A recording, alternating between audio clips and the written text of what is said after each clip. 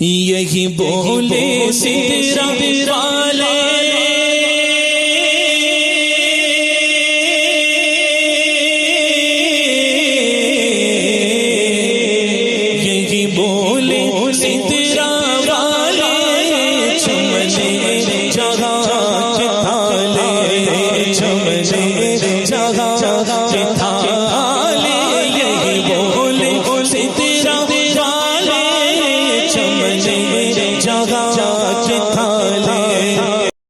والصلاة والسلام على سيد الأنبياء والمرسلين وعلى آله وأصحابه وأزواجه وأهل بيته أجمعين. أما بعد، أعوذ بالله من الشيطان الرجيم.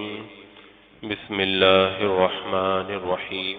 يا أيها الذين آمنوا اتقوا الله حق تقاته ولا تموتن إلا وأنتم مسلمون.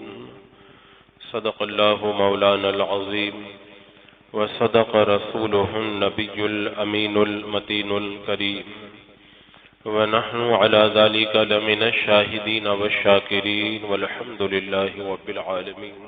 حصول برکت کے لیے حضور اکرم سید عالم نور مجسم ارواحنا فدا محمد رسول اللہ صلی اللہ تعالی علیہ وسلم کی پر نور بارگاہ میں درود و سلام کا ہدیہ پیش کر لیجیے. اللہم صلی علی سیدنا و شفیعنا و حبیبنا و مولانا محمد وبارک وسلم صلاۃ و سلاما علیک یا رسول اللہ صلی اللہ تعالی علیہ وسلم.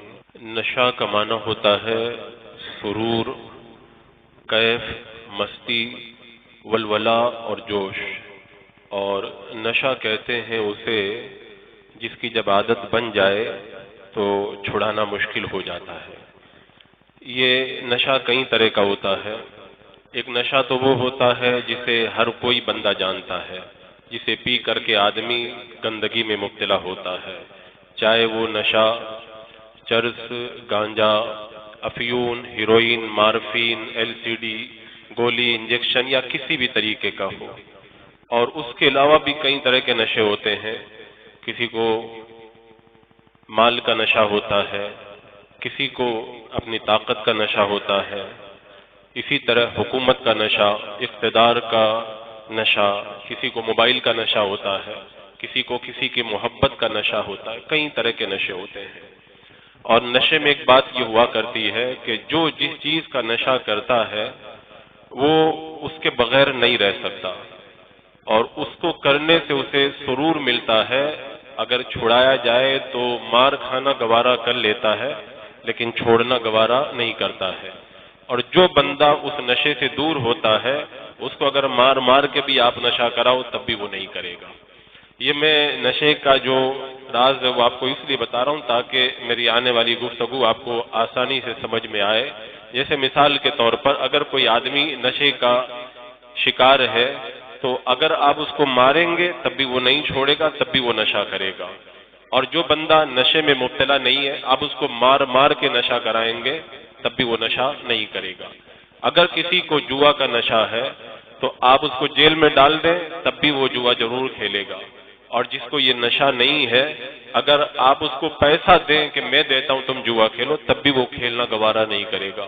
اگر کسی کو ڈاکہ زنی کا نشہ ہے وہ مار کھا کے بار بار کوڑے کھا کھا کے آئے گا تب بھی اس کو ترک نہیں کرے گا. اور جو اس نشے سے دور ہے اگر اسے آپ کہیں گے کہ میں تمہارے پیچھے ہوں، تمہارے ساتھ میں ہوں، لیکن اس کے باوجود بھی بندہ اس کو کرنے کے لیے آمادہ نہیں ہوگا. تو جو جس چیز کا نشہ کرتا ہے وہ اس کے اندر سرور محسوس کرتا ہے، مار کھا کے بھی چھوڑنا گوارا نہیں کرتا. اور جو اس نشے سے دور ہوتا ہے وہ اگر اسے مار مار کے بھی آپ کام کراؤ گے تب بھی وہ کام کرنے کے لیے آمادہ نہیں ہوگا. یہ بدی کا معاملہ ہے، یہ برائی کا مسئلہ ہے کہ بری چیزوں کے اندر بندہ جب نشے میں گرفتار ہوتا ہے تو اس کی یہ کیفیت اور یہ حالت ہوا کرتی ہے، یہ پوزیشن ہوا کرتی ہے. تو جیسے بدی کا نشہ ہوتا ہے ایسے ہی نیکی کا بھی ایک نشہ ہوتا ہے. جیسے برائی کا ایک نشہ ہوتا ہے ایسے ہی اچھائی کا بھی ایک نشہ ہوتا ہے. اور یہ نشہ جس کو ہو جاتا ہے وہ بندہ اگر اس کو آپ مارو گے تب بھی نیک کام کرنا وہ نہیں چھوڑے گا. اگر کوئی بندہ نماز کا نشہ ہے، اسے اللہ کی محبت کے اندر نماز میں لطف ملتا ہے تو اگر اس کو ماریں گے تب بھی وہ نماز پڑھنا نہیں چھوڑے گا۔ آپ دیکھیں صحابہ کرام نے نماز پڑھنے کی وجہ سے کتنی مار کھائی لیکن نماز پڑھنا انہوں نے ترک نہیں کیا، اور جسے یہ نشہ نہیں ہے اگر اسے آپ مار مار کے بھی نماز پڑھائیں گے تب بھی وہ نماز نہیں پڑھے گا۔ اگر کسی کو قرآن کی تلاوت کا نشہ ہے تو وہ تلوار اگر اس کی گردن پہ رکھ دی جائے تب بھی وہ قرآن پڑھنا ترک نہیں کرے گا۔ آپ بزرگوں کی تاریخ پڑھ کر کے دیکھ لیں۔ اور جسے یہ نشہ نہیں ہے، قرآن کا مزہ جسے نہیں ملا ہے، تو اسے آپ کہیں کہ میں تمہیں مال دیتا ہوں، تمہیں میں یہ دنیا کی دولت دیتا ہوں، لیکن اس کے باوجود بھی وہ قرآن کھولنے کے لیے تیار اور آمادہ نہیں ہوتا۔ کسی کو اللہ کی راہ میں مال لٹانے کا نشہ ہے تو وہ ہر طرح کی تکلیفیں خود گوارا کر لے گا، لیکن رائے مولا کے اندر اپنا مال قربان کرتے ہوئے نظر آئے گا۔ اور جسے یہ نشہ نہیں اللہ کی راہ میں مال قربان کرنے کا، وہ ذلیل ہوگا، رسوا ہوگا، لوگوں کے طعنے سنے گا، لیکن رائے مولا کے اندر ایک پیسہ دینا بھی گوارا نہیں کرے گا۔ تو عزیزان مکرم، نشہ تو دونوں طرح کا ہوتا ہے، نیکی کا بھی ہوتا ہے، بدی کا بھی ہوتا ہے، بھلائی کا بھی نشہ ہوتا ہے، برائی کا بھی نشہ ہوتا ہے، اچھائی کا بھی نشہ ہوتا ہے، برائی کا بھی نشہ۔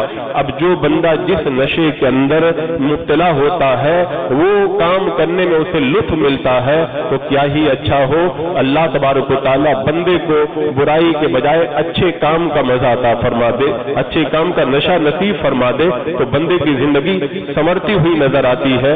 عزیزان مکرم، نشہ ایک ایسی چیز ہے کہ جب بندہ نشہ کرتا ہے تو جس چیز کا نشہ کرتا ہے اس کے اندر اس کو سرور ملتا ہے۔ اب آپ دیکھیں بدی کا جب یہ معاملہ ہے تو نیکی کا معاملہ کتنا زبردست ہوگا۔ حضرت ثابت بنانی رضی اللہ تعالیٰ عنہ کو اللہ نے یہ نشہ اتنا عطا فرمایا، رب کی بارگاہ میں دعا کر رہے تو مال نہیں مانگ رہے، دولت نہیں مانگ رہے، کیا دعا کرتے؟ اے اللہ، اگر تو کسی کو قبر کے اندر نماز پڑھنے کا موقع عطا فرمائے تو مجھے ضرور تو قبر میں بھی نماز پڑھنے کا موقع عطا فرمانا۔ یہ تھا ان کے اندر نماز کا نشہ، اور اللہ تبارک و تعالیٰ نے یہ دعا ان کی ایسی قبول فرمائی۔ ایک بار ایک قبر کھل گئی اور جب جھانک کر کے لوگوں نے دیکھا تو حضرت ثابت بنانی اپنی قبر کے اندر بھی نماز پڑھ رہے تھے۔ تو یہ نشہ جب چڑھتا ہے تو بندہ جیتے جی بھی کہتا ہے مولا میں تیری راہ میں فنا ہو جاؤں، اور موت کے بعد بھی یہ کیفیت میرے اوپر طاری رہے۔ حضرت سفیان ثوری رحمۃ اللہ تعالی علیہ کو جب یہ نشہ چڑھا تو ان کی کیا کیفیت بنی، بیمار ہو گئے۔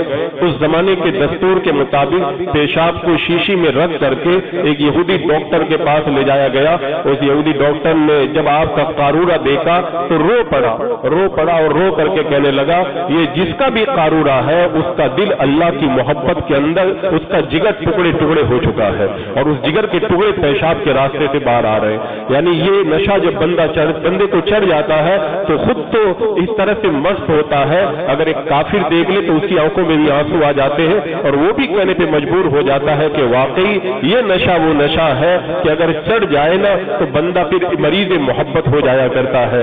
اور یہ نشہ حضرت اویس قرنی کو آپ دیکھیں، روایتوں میں آتا ہے رات جب ہو جاتی تھی تو کہتے تھے آج کی رات رکوع کی رات ہے، پوری رات رکوع میں رہتے۔